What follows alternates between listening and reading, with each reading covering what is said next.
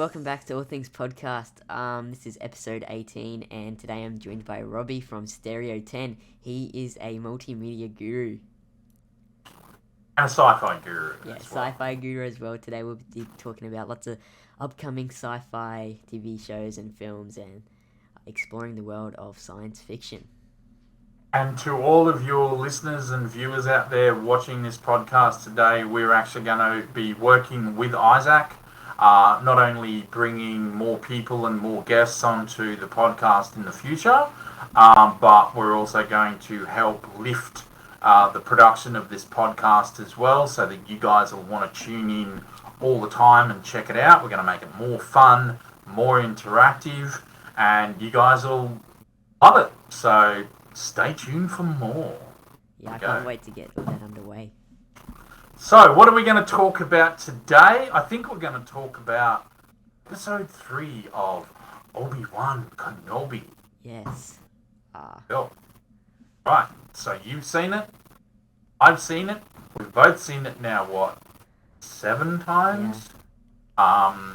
So just to all the fans out there that watched it, and you probably saw some of the planets that these guys were traveling between, and you'd be probably scratching your head going, where is this planet located? I've never heard of this, this planet before. What's going on? Well, if you guys sort of look on the latest Star Wars galaxy map, sort of up in the new territory, up in the northern part or the top part of the map, you'll find that there's a sort of a planetary system or a planet called sort of Walliand or something along those. It starts with W. Basically, it's very close to that. So what I'll get Isaac to do later is show you some images that I've sent him so that he can post those up on the page so that you can check out exactly where these planets are located. And it's taken me about 3 hours last night after watching it 7 times to actually find where these planets and systems were. Unfortunately, not all of them have been revealed yet, so we'll get to that later. But Isaac, mate, tell me, what did you think of the episode when you saw it 7 times yourself last night? I personally really enjoyed it. I think it was my favourite episode we have got so far for the Obi-Wan Kenobi show. The seeing Vader was super. It was incredible. I loved seeing Vader, seeing him in his castle where Obi-Wan and Anakin actually fought in Revenge of the Sith on Mustafar. Yes, that's the other thing that I've noticed too with watching some of your podcasts, making sure that you guys pronounce the planet names correctly. Yeah. So, for example, Mustafar, Geonosis, I heard that one kind of said weirdly the other week. So just kind of, staying up to date with canon on the names and where these systems are is also really cool. Yeah. Did you have any criticisms about the program at all when you saw it last night? Well, seeing the Vader versus Obi-Wan fight, their first fight, obviously, as Anakin being Vader, that was incredible. But when Vader force pulled Obi-Wan into the fire, and then let him burn for a little bit, Obi-Wan was screaming like Anakin was in Revenge of the Sith. Then Vader put out the fire and ordered one of his stormtroopers to go and get Obi-Wan and bring him to Vader. And then the stormtrooper got shot by one of Obi-Wan's female helpers, I guess. Helpers, yeah. Yeah, and stormtrooper got shot. Vader just didn't really do anything. He just stood there. And Vader could have easily sensed where that came from, and either, force choked her and easily got Obi-Wan. He could have used the Force to pull him to Vader. It was... Yeah. That's probably one of the main things. Yeah, because it's one of those situations of, we've all seen some of the criticisms online about the Book of Boba Fett, etc., and people nitpicking individual things with episodes rather than judging it on the entire series. Yeah. But when criticism is leveled at, for example, the fight scene from last night's episode 3, it kind of makes sense to kind of ask those questions of, why didn't Vader do more? Like, he clearly could have killed Obi-Wan at least 6 times last night, and it almost seemed like he was, a cat with a mouse playing with Obi-Wan. And I'm sorry, but that's just not Vader. Vader doesn't, like, maybe this is young Vader, because old Vader certainly wouldn't have toyed with anybody. He would have just gone snap, and that would have been the end of it. And you're right too. That moment where the helper was shooting the stormtrooper, Vader just stood there like a stunned mullet and just let it happen. Didn't do anything. Didn't fight. Didn't grab anyone. And it's like, is Vader not sure of himself still? Is he like still troubled or having conflict within himself about, the good part of him when he was Anakin versus the bad part of obeying the Emperor? So there seems to be something twisted or weird going on with the way Vader is doing things. And for Obi-Wan, I understand that he hasn't been actively doing a lot of these, Jedi things for 10 years, but Jedi don't forget that stuff. They don't kind of lose focus, especially not someone like Mace or Obi or Yoda, because they're so strong with, their teachings of the Force and their skills. Especially when you compare, Anakin's skills with Obi-Wan's, they're essentially the same. And Anakin hasn't lost anything. Vader hasn't lost anything. So it's a little bit weird to kind of see how this is playing out, and we're not really sure where it's going to go. Like, I watched your podcast the other week with your friend, and your friend did hit the nail on the head with a couple of things about, the Inquisitor got killed by, the third Inquisitor, and Vader's obviously accepted that. And I think, just to answer that question for the fans, you got to remember that the Sith, it's all about them as individuals, and they don't care how ruthless they are to each other. Sidious had no qualms about Dooku getting killed, had no qualms about Darth Maul getting killed. He just doesn't care who gets killed and who doesn't. Yeah. It's whoever's left standing, as far as he's concerned, that matters. So I think that's an important element.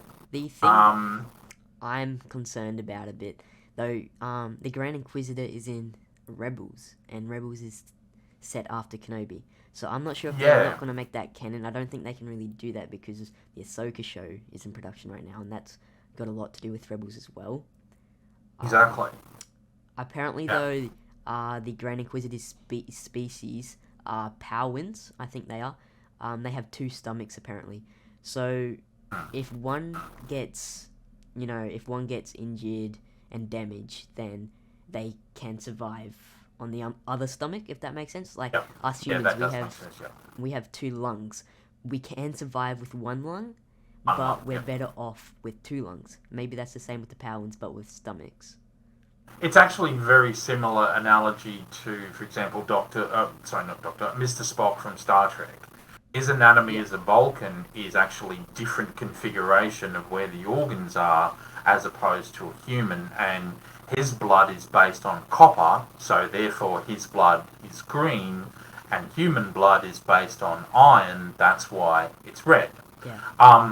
one little point that you guys were talking about in the last podcast was about Yoda being angry that Obi-Wan had left Tatooine to go and help Leia. That is one thing that Yoda would never be. He would never be angry. In fact, Yoda's philosophy on all of this is pretty much following the same kind of Obi-Wan is doing what has to be done. And that's it, and accepting it for what it is. Yeah. With, Obi-Wan really didn't have a choice to go and save Leia because no, he didn't. He knew that he had to stay with the boy, but then Leia is also the boy's sister, and she's also force sensitive and special as well, meaning, he was stuck in the middle, and obviously he chose to save her, which was the right thing to do. That's right. And the other thing that we have to remember with Obi-Wan's decision to do this is, even though he was assigned the task of looking after Luke as a youngster, no one knows what Luke is because Luke is living with his uncle and his aunt. So essentially, they're keeping an eye on him.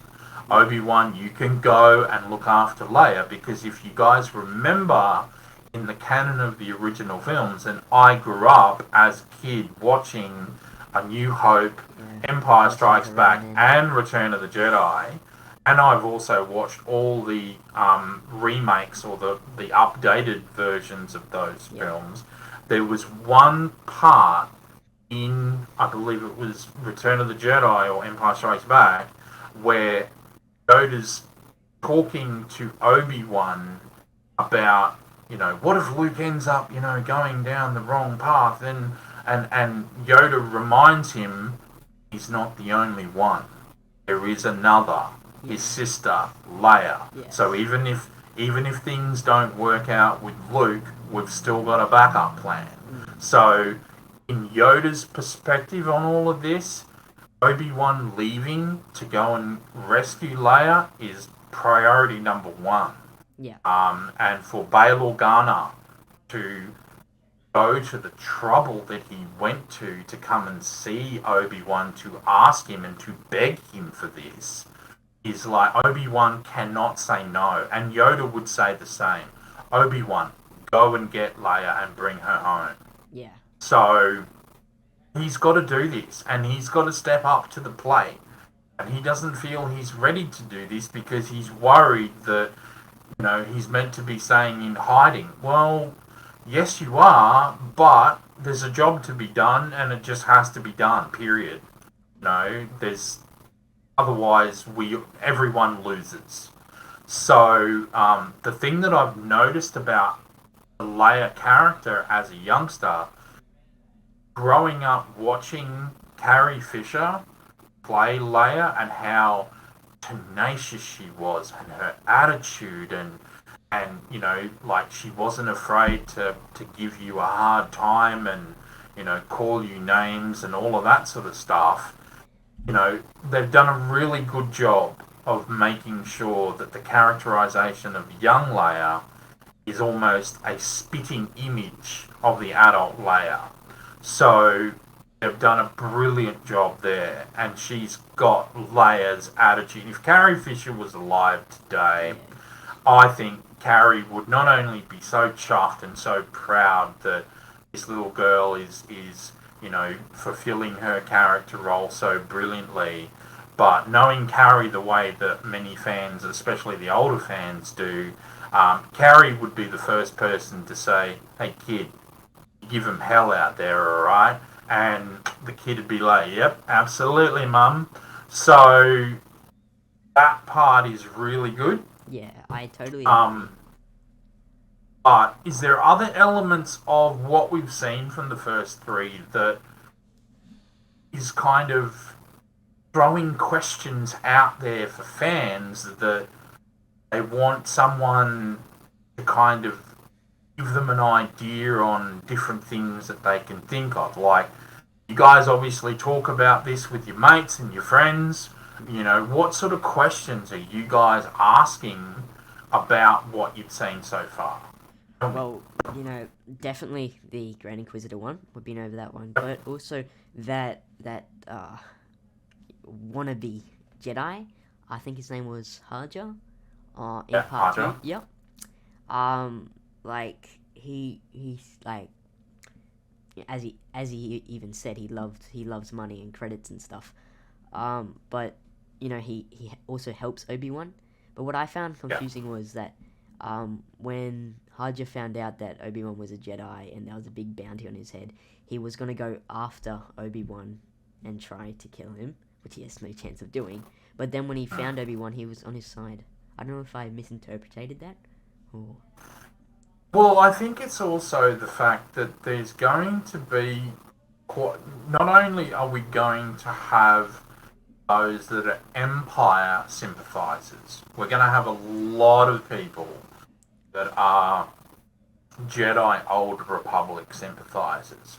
And yeah, some of them, unfortunately, will try and capitalize on, pretending to be a Jedi and, and maybe when you look at it for what it really is, it's not, I don't think it's always about earning some credits. It's like what no. he said in the hallway. It's like, sure, I like making money and sure, but I also like helping people. There's going to be multiple layers to these characters of why they're doing what they're doing. Plus, we also don't know yet, and whether or not it's going to play out in these 6 episodes of Obi-Wan, what role, if any, Mandalore plays in what's happening with the Empire as well. Because if you guys remember back to previous series and episodes that we've seen, one of the things that the Empire did was they sent bombers across the entire Mandalorian planet, bombarding the daylights out of it. Yeah. Now, if that comes back to kind of bite them on the backside, we could see possibly maybe some interactions between the Empire and the Mandalorian, because the Mandalorian don't have a problem with the Jedi. They never really have. No.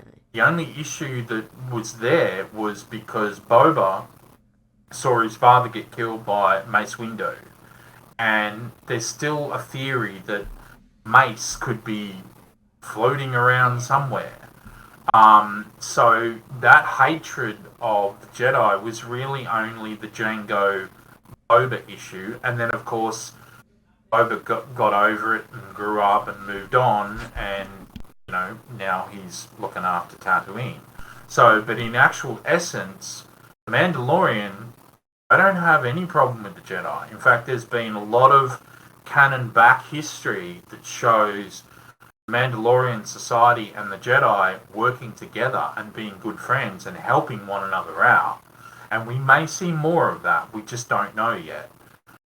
Because there's only 6 episodes, it's kind of hard to really they're not really giving us a lot of material to work with. So, they're going to try and just focus on the element of what Obi-Wan's up to.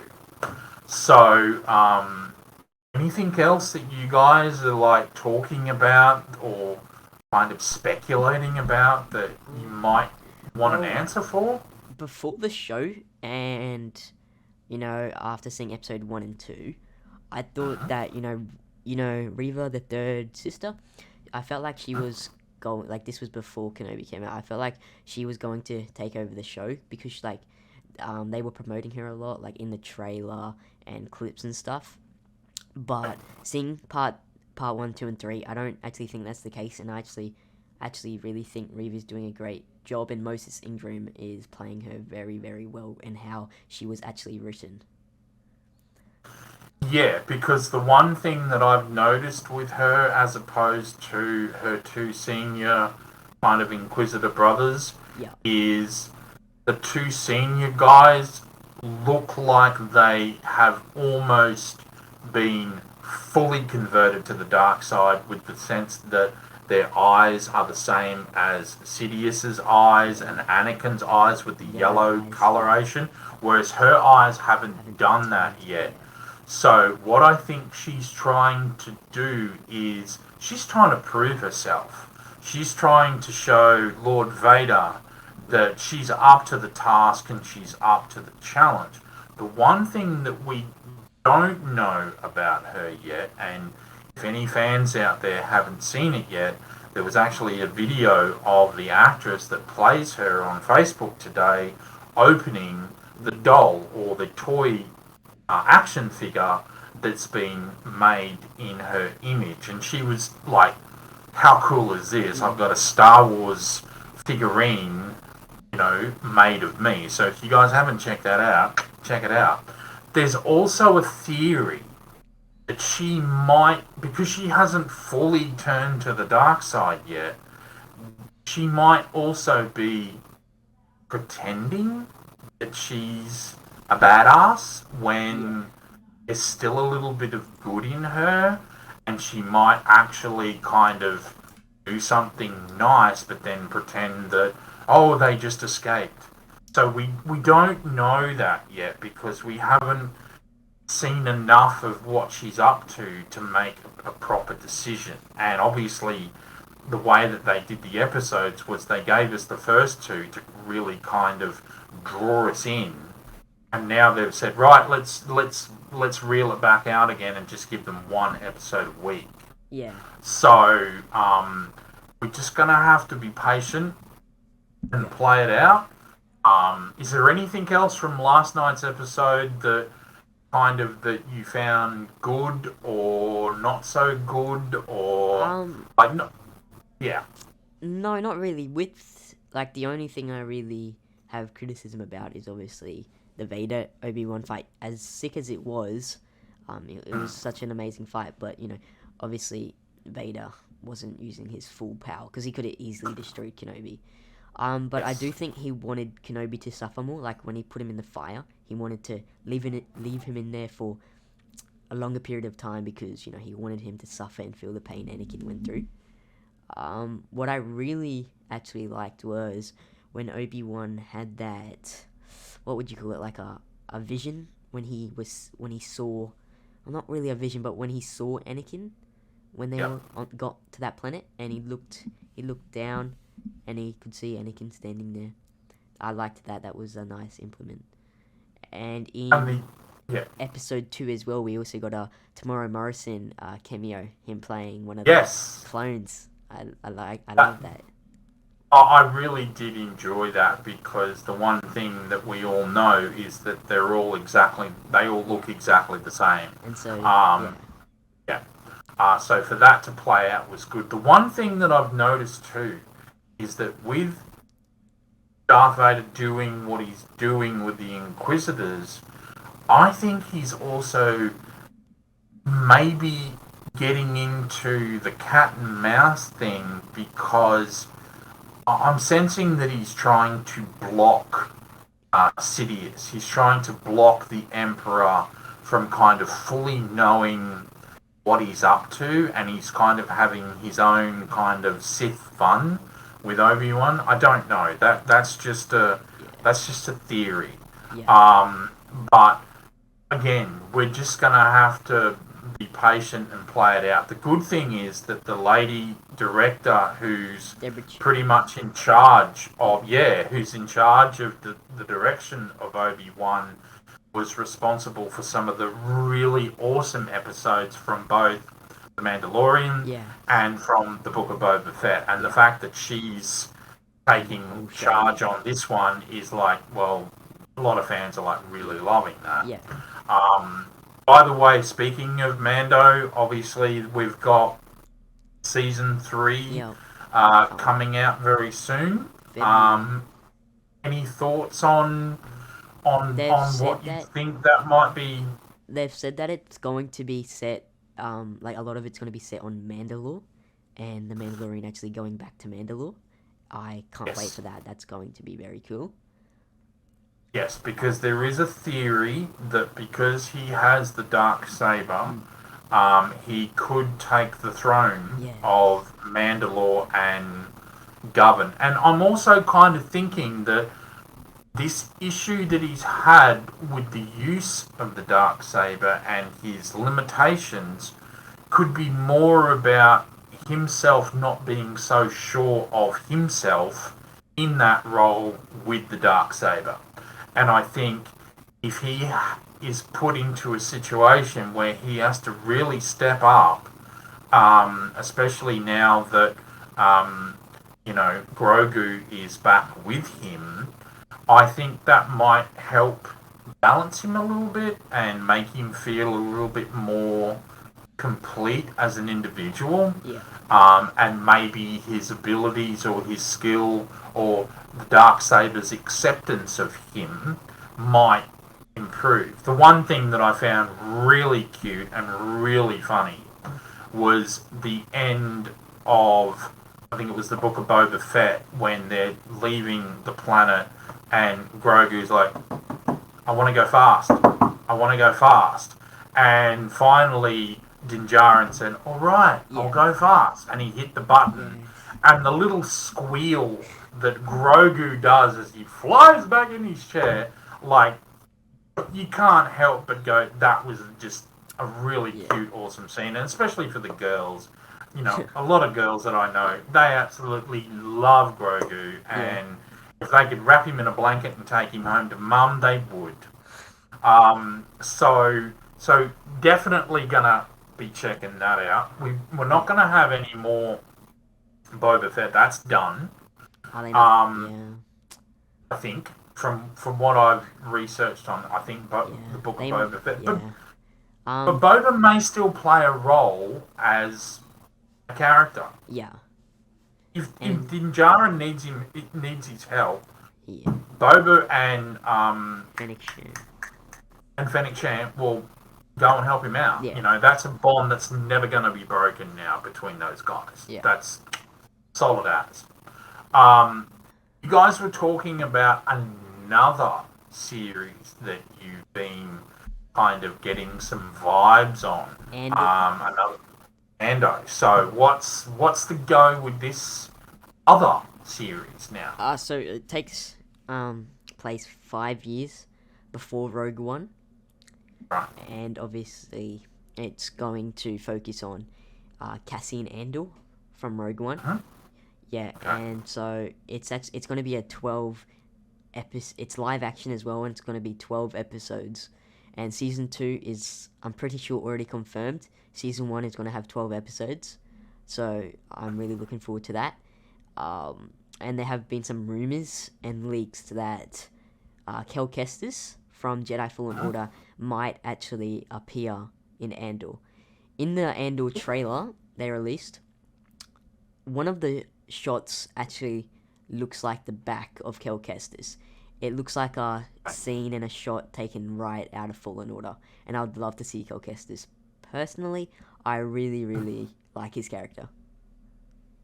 Well, there's also been anecdotal rumours that fans would like to see maybe something that focuses on Hutt space, in particular Nal Hutta, and the ancestors and family of Jabba. Yeah. So whether or not they go down that pathway, we don't know. But I think it would be very kind of interesting and cool to see how the Hutts, being essentially criminal gangsters, interact with the Empire, or whether the Empire says, you know what, leave those guys alone, we're not going to bother them, we'll just get on with the rest of the galaxy. But then again, the Empire could also use the Hutts for different purposes. Because just remember, not only are they criminal gangsters, but they're also the specialists when it comes to bounty hunters. And if people need to be hunted down or tracked down, then you're going to pretty well be certain that the Empire will be knocking on the Hutt's door saying, oi, we need your help, guys. We've got to track some people down. We need your bounty hunters. And I think that would also add a certain interesting element, because if you guys check out a lot of the shows, a lot of the movies, etc., and especially with the map, It's like all these areas of the Star Wars galaxy map have been covered, but the one area that seems to have been neglected is over to the right hand side, hut space.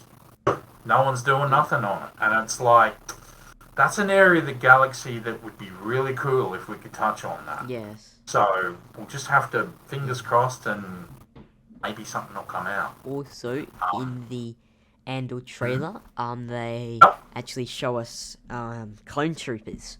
Now, this is only this is only 5-6 years before A New Hope, and we also see clone gunships. They've made a few modifications to them. They do look a bit different, but they definitely were clone gunships, and we also see some clones in later shots. Cool. So that should All be right. interesting. Yeah, and one of the things that I'll try and help you with also is when some of the fans get the opportunity to check out the map of where that particular mining planet was that Obi-Wan took Leia to, Yeah. very close to that is a region of space, which is essentially sort of in the a little bit further north on the galaxy map, and the planet it starts with O. I'd have to dig it out of my bookmarks again, but I think it's called Ottavan 12. This planet was the planet that the Empire had specifically selected as a forest planet, very similar to the Endor moon, and this is where they set up the production plant to build the AT-AT Imperial Walkers. And late for a small time before it was relocated somewhere else, the two-legged AT-ST Walkers were also manufactured there. And then the inhabitants, or the native inhabitants of Ottavan 12, rose up against the Empire's factory and basically destroyed it. And the Empire had to sort of, tuck tail and run. So there's a lot of other extra canon history, which is very cool stuff to read and research, which fans out there watching this might want to, go and check out, especially on the the Wikipedia, sort of Star Wars kind of encyclopedia. Yeah, so there's a lot of cool stuff, but what we'll definitely try and do is put as many sort of links and map images and bits and pieces as we can, so that fans can follow kind of positions and directions of where they're going.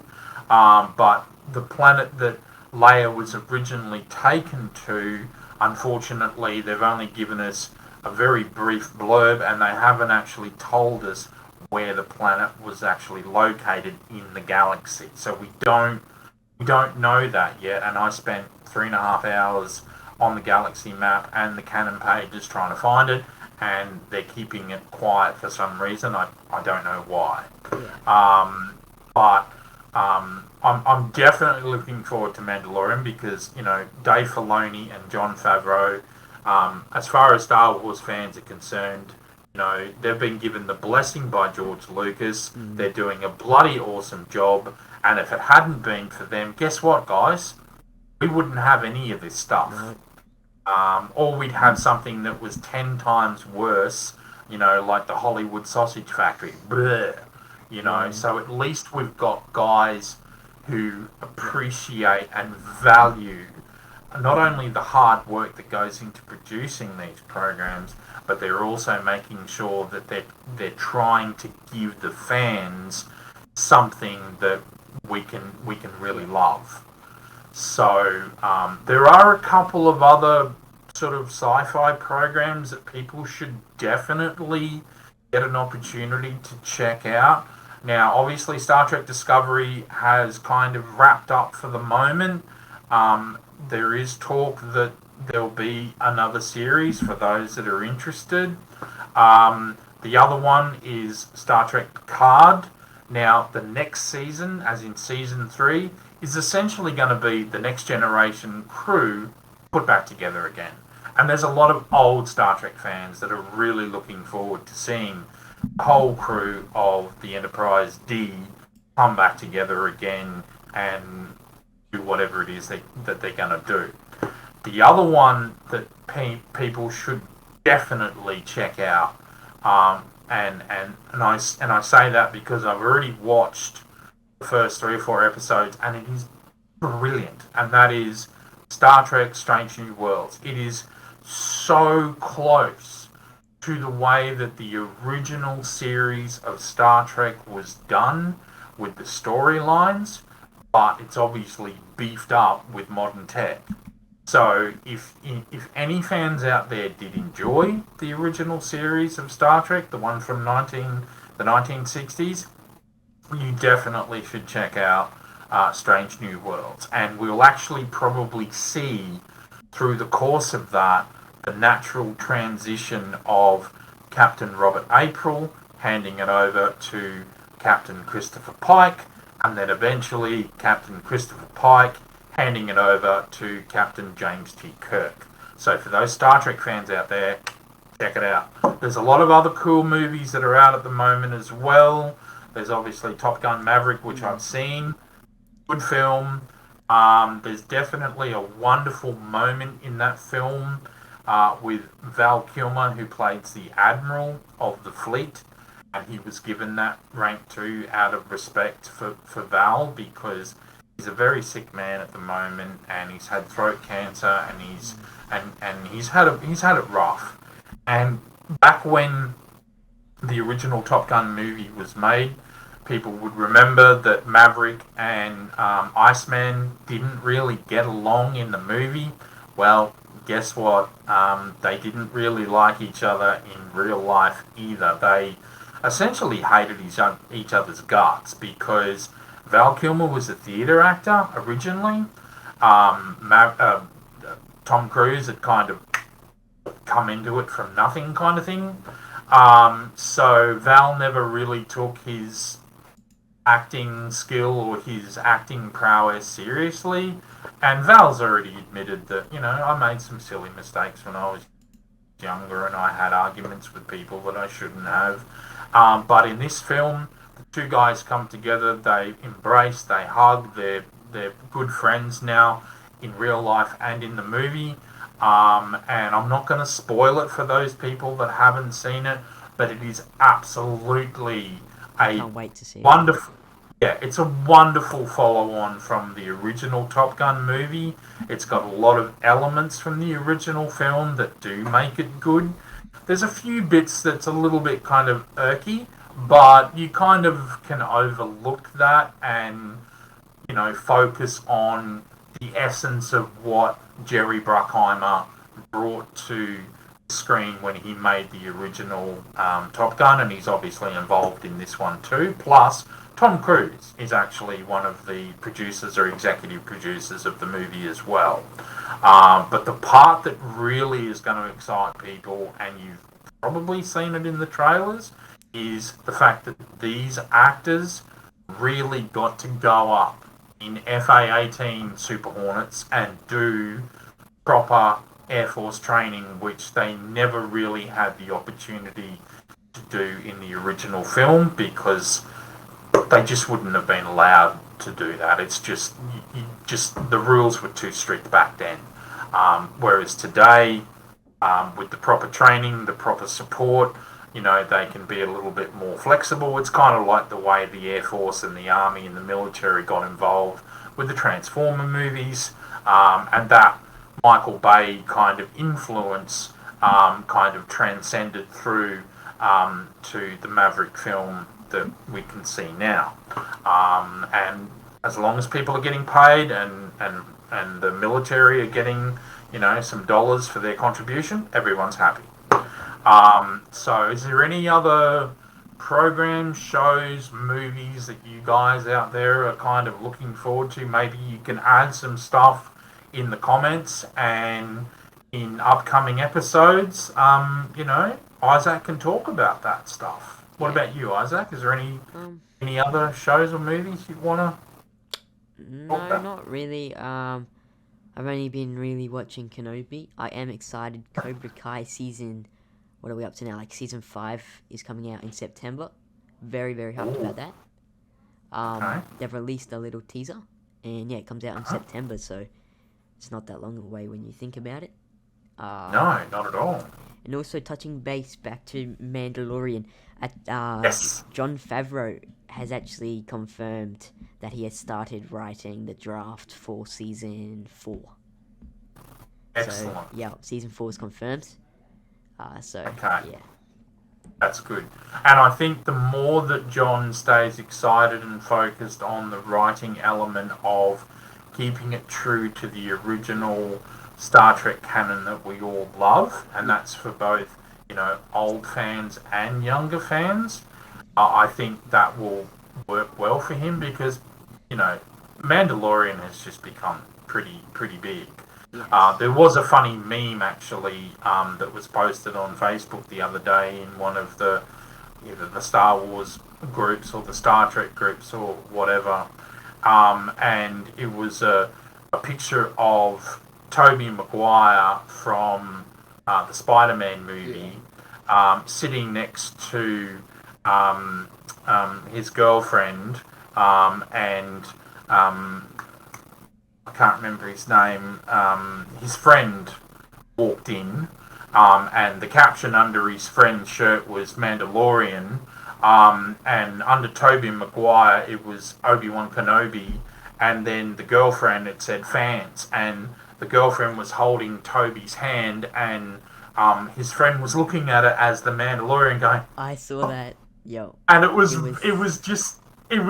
sick. It was so fitting to the Mandalorian is like, what? You love Obi-Wan more than me? Yeah. What the hell? So that was a really cool kind of twisted take on it, and we're going to see a lot of that kind of stuff coming out. By the way, for any Battlestar Galactica fans out there, there is a Battlestar Galactica movie kind of based on the original series from like the 70s and 80s, kind of being developed, but we don't know how much element between the original and the newer series are going to be intertwined, so stay tuned to that one. There are some other bits and pieces that have been floating around. There was a really awesome New Zealand woodcarver that actually recently carved Boba Fett's helmet out of special timber in New Zealand and put all of the New Zealand Maori symbols all over it, and then presented it to Mr. Morrison, and he was just like, oh my goodness, and he was just stoked, and they were like that was touching Boba Fett's helmet. Boba Fett's helmet, yeah.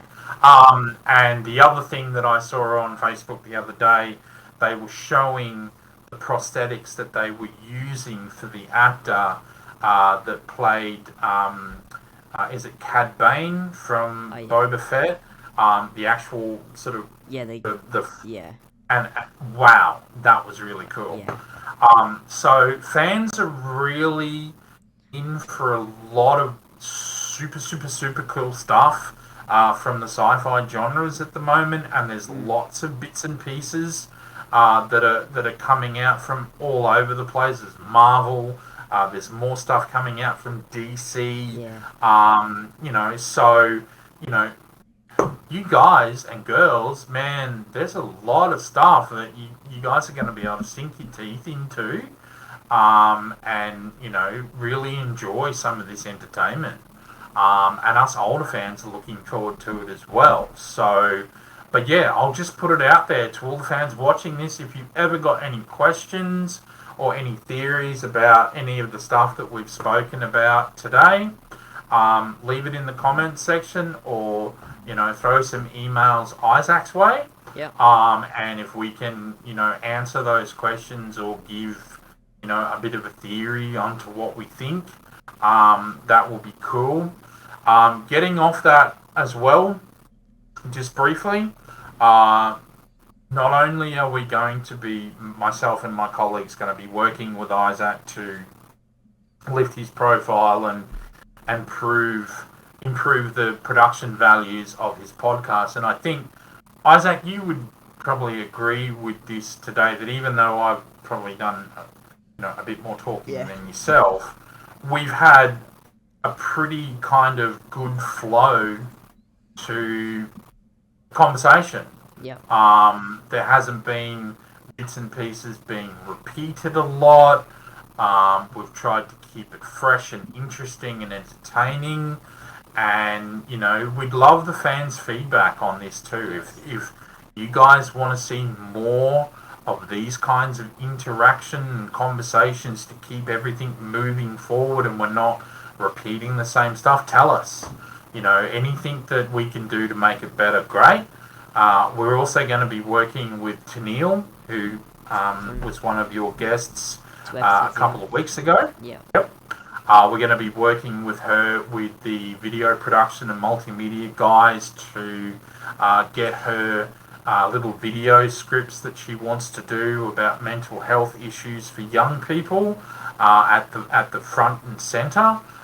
Because there's a lot of young people in our community at the moment that are really struggling, and they do feel that they're being neglected and they're not being listened to or heard. And we're hoping that by putting some of these little productions together through All Things Podcast and through Stereo 10, which was essentially a youth station back in its day in the 80s here in Brisbane, which I grew up as a teenager listening to. If we can make Stereo 10 that kind of youth station again, so that all you guys out there, not just Isaac, but Tennille and anyone else that wants to be involved in, interactive productions, getting your voice out there, talking about the things that you guys want to talk about, and addressing issues that affect you guys, whether it be mental health issues or whether it be trying to find a job or problems at home or any of those kinds of things at all.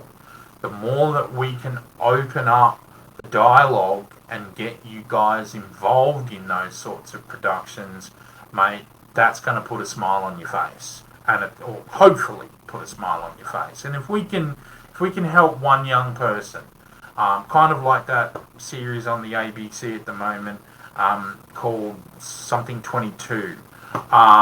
Where they're helping people, deal with the trauma that they're dealing with from their life. Young people need that support too. You can't just ring Kids Helpline all the time or Beyond Blue. You need to be able to be involved in projects that mean something to you, so that you guys can do what Isaac does and talk about stuff that matters to you guys. And that's guys and girls, transgender, LGBTQI, etc., etc. Everyone. We want everyone to feel inclusive, especially now that we've got a new government. We're going to get the Uluru Statement to the Heart happening, so that First Nations people can feel part of our community at long last. But more importantly, being able to, have different avenues for young people so that they can find their own voice, find what makes you happy, find that individuality or something that you've been screaming for. That's what we're hoping to achieve. And we're also going to be giving Isaac, some basic training in video production, direction, producing, script writing, cinematography, knowing how to use a camera properly, all of these elements, as well as the software that's associated with putting all these productions together. So you guys stay tuned, because I've noticed in the last few episodes, Isaac, man, your popularity with people, it's climbing, bro, and you should be really proud of what you've done. Especially all your mates too that have been guests on your show. If those guys want to be more involved in this, let's do it. And have fun. If it's not fun, you're not going to want to do it. No. So, are there any closing thoughts that you want to add so that I can shut up and not keep rambling on? No, that's really all. There is one thing. Did you see? Yeah. or what Moses Ingram put on a Instagram story about all the racist comments and hate she's been getting? I haven't seen that directly. Maybe you can send me a link to that, because there's been a lot of kind of negative stuff in the media at the moment. We all would have heard today that the Johnny Depp Amber Heard trial is now over.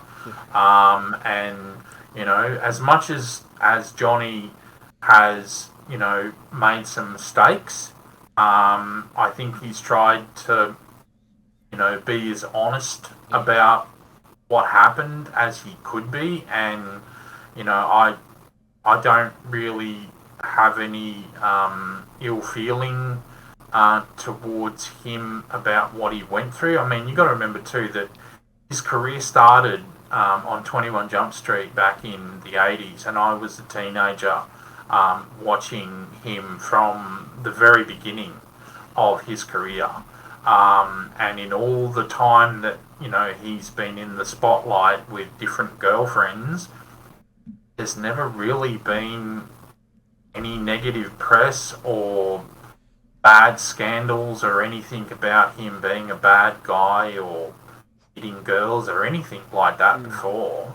And a lot of people have really kind of turned against Amber because, well, she's sort of lied about a lot of stuff.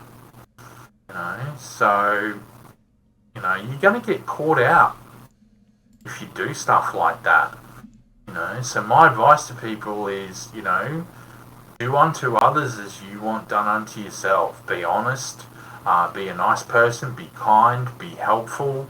You know, the world is going through a lot of bad stuff at the moment, and, you know, being nasty and being a troll and doing all that horrible stuff to people, it eats you up inside, and it's not the kind of life that, you know, I want to live. So just remember that, guys. Whatever you want from your life, you know, try and focus on that. Try and focus on the positive things, the good things. And it might be something as simple as, you know, patting your dog, or, you know, playing a video game, or whatever it is. You know, find the simple little things that put a smile on your face. Don't try and, you know, aim for things that are unrealistic or, you know, out of reach, if that makes any sense. So, and the same thing with bullying. You know, there's little things that people can do to put a stop to that. You just gotta think about it, and you can overcome those problems and be left alone. And if people want advice on that, you know, don't hesitate to ask. You know? So, anything else? Any other No. final thoughts? Yeah. Well said. Yeah, that's basically all. You know, a lot of Star Wars actors, you know, in the last 20 years have actually got a lot of hate for playing their roles. You know, most recently, Moses Ingram, as I said, playing River, and then, you know, like Hayden Christensen and Jake Lloyd. Jake Lloyd played Anakin in The Phantom Menace, and then Hayden Christensen in Attack of the Clones and Revenge of the Sith. And Jake Lloyd, Hayden Christensen, they got a lot of hate for playing Anakin. Yeah. And Jake Lloyd especially, like, he can't talk about Star Wars anymore because he just remembers all the bullying he got for playing Anakin Skywalker. And to me, playing Anakin Skywalker, that would be a dream come true. But being in Star Wars, that's amazing. Yeah, like I do recall you guys talking about some of that on your last podcast, and I remember you talking about Revenge of the Sith was your favourite movie. I probably wouldn't put Revenge of the Sith in my favourite Star Wars movie, and I think there's little parts of Revenge of the Sith of things that Anakin said in the story that just really made it sound a little bit silly. Like, for example, when he was fighting Obi-Wan on Mustafar, and he was standing on the platform in the lava, and Obi-Wan was like, I've got the high ground, it's over. One of the lines that a lot of fans sort of roll their eyes at is when Anakin says, "You underestimate my power." Like, hello? You know, that sounded really kind of a bit cheesy and a bit sort of almost comical in a way. Like, yeah, Sith wouldn't.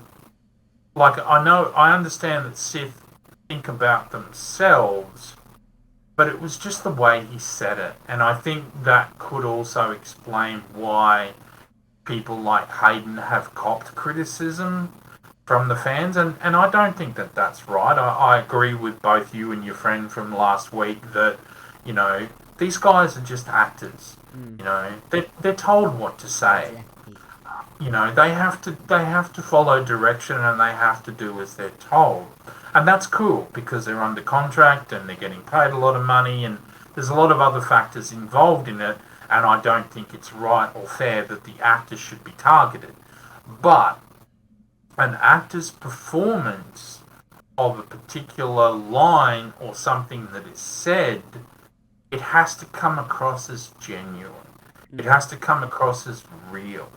And I think just the way that Anakin said that line of "You underestimate my power," it was just it just sounded like something silly off the Muppet Show.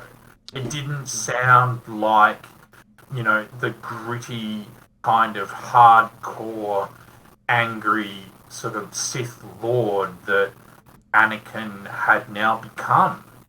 And I just think that could have just been just from an acting perspective, and that's a minor thing because a lot of the other stuff he did was brilliant. But that one kind of moment sort of Yeah. I mean, with all actors, there's always one moment that, you know, is cheesy. With all actors, I guess. yeah, and I think maybe, you know, in hindsight, instead of giving Hayden Christensen a hard time about that, maybe the fans out there should say, well, you know what? The director should have said, Anakin, do it again.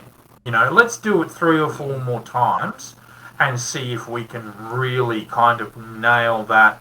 You know, Anakin is angry and he's like, you know, and have a bit more kind of feeling and emotion into it. And I guess because I did a lot of theatre and drama too when I was at school and I've worked in the media industry, I would have been saying to Anakin or to Hayden, mate, put more gusto into it. You know, and when you say it this time, it's like, you know, my master, you underestimate my abilities, or something that's a bit more kind of aggressive in your face. And he sort of, the director didn't get Hayden to do that, and I think George Lucas was director of Revenge, and he is a great director, but he obviously did make Yeah. So I think watching back, because you guys have probably seen the making of some of these films, and they have what's called, you know, watching the show reels or watching the creds at the end of the day of going back over their footage to see what they've done. And if I was involved in Revenge of the Sith, and I'm not saying that to be a Monday's expert, I would have said, guys, can you just get Hayden to just do that line a few more times, because it's not quite coming across the way that it should. Whereas you look at Ewan McGregor's performance in those scenes, and mate, Ewan was nailing it. Yeah. So and that could just be because, you know, experience. Hayden might have been having a bad day. There could have been a whole range of different reasons, and just getting those little idiosyncrasies right within the story can make a big difference to how the audience perceives it. And if they perceive that, whoa, you know, Anakin or Vader's being really kind of full on and serious, or even changing the line altogether, or not even saying anything, and just, I don't need to say anything to this clown, I'm just going to jump over him because I can. You know, like sometimes not saying something is actually better. Yeah. And look at me, I've rambled on way too much in this podcast today. So anyway, but all good. So yeah, mate, thank you very much for having me on your program today, and I'm definitely looking forward to much more from All Things Podcast in the future. Yes. I can't wait. Yeah. Thank you for coming on to All the show today. Yeah. It was right, good. sweet as. And thanks to all the listeners and viewers out there. I mean, this is a pretty long podcast, isn't it? How long have An hour we? exactly. Exactly on 1 hour long. And you know what? I don't think you're really going to need to edit this. No. I think just leave it as it is and just let the fans and the viewers tune in, and we'll just leave it up to them to tell us what they thought. Yeah. Well, thank you everybody for listening to All Things Podcast, episode 18. Thanks everybody. If you have any thoughts or any theories, leave a comment down below or DM us on one of our social medias, or will be linked in the description. Give me an email and I'll try to get back to you as soon as possible. Thanks everybody, and thanks Robbie for coming on to the show today. And my final thing was check out Stereo 10 if you want. Your mum and dad may even remember the old station if they grew up as teenagers here in Brisbane. Stereo 10 sponsored the Speedway at Archerfield. They sponsored the Rock and Roll at Stedfords. They had parties all over town, and it was all for young people. So ask your folks, Stereo 10, give our Facebook page a like, and definitely give All Things Podcast a like as well. So thanks, guys. Thanks everybody. Have a good day. Have a good night. See everyone.